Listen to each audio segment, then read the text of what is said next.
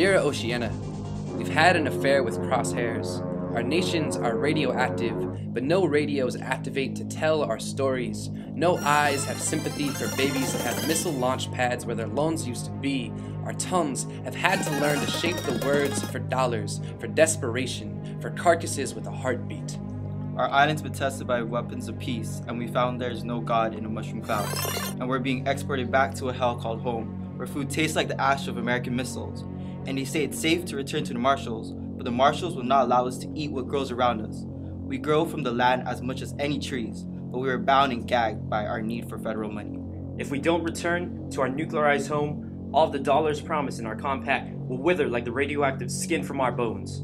It is only so recently Pacific Islanders have known fire to fall from the sky. You would be a sick person to joke about this.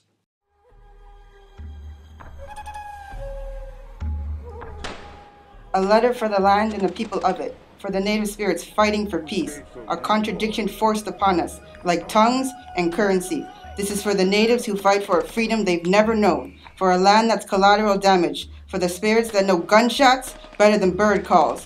This is a letter for the reservation, where genocide is reserved for later, for the treaties broken without reservation. I will not stand by and just watch. This is for bystanders, for the trigger fingers that feed families and kill them in the same moment, for the crimes that keep people off the streets and sweep them into prisons, for the cops that fear dark skin and cage it up to try and make it lighter.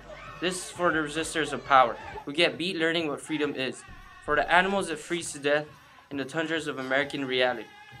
This is for the land set aside, like the lives of the people of it, for the spirits lost in alleyway crack high of a downtown city, for the homes that line like roads, like graveyards, for ancestral spirits. This is a letter for developers, who lost their humanity excavating the flesh of their mother, who see oil pipelines like IVs, for the families that know war like an intimate partner, for the people who suck bottles like pacifiers, for the ones who forget the white man brought us liquor to pacify us. This is the letter for right now, where the states are dividing and the people are uniting, where the chants and prayers speak one language in a million different tongues. Witnessing history unfold. It's a moment of transformation that's taking place because the people are calling for change. They've turned out in extraordinary numbers representing all ages and all walks of life. But it's young people who've been at the forefront.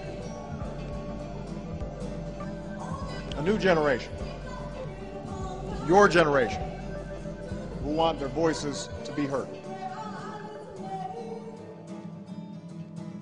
This is a letter for us, for the ropes we are weaving that will either bind us together or be used to hang us. This is for the Guafic inside of you, for the pandanus leaves, that we will use to weave our strengths together so we no longer believe we are weak. We are not single trees or strands or hands. We are not divided by land. We are connected by an ocean. And for millions of years, the ocean has been alive inside of you. This is a letter for your cowardice. Let go of it. It only serves the United States and makes you subservient. This is not hate mail to America, just a letter with an open question. If independence was good for the forefathers of the U.S., why is it bad for us? People everywhere are seeking a chance to contribute and to have a role in the decisions that will shape their lives.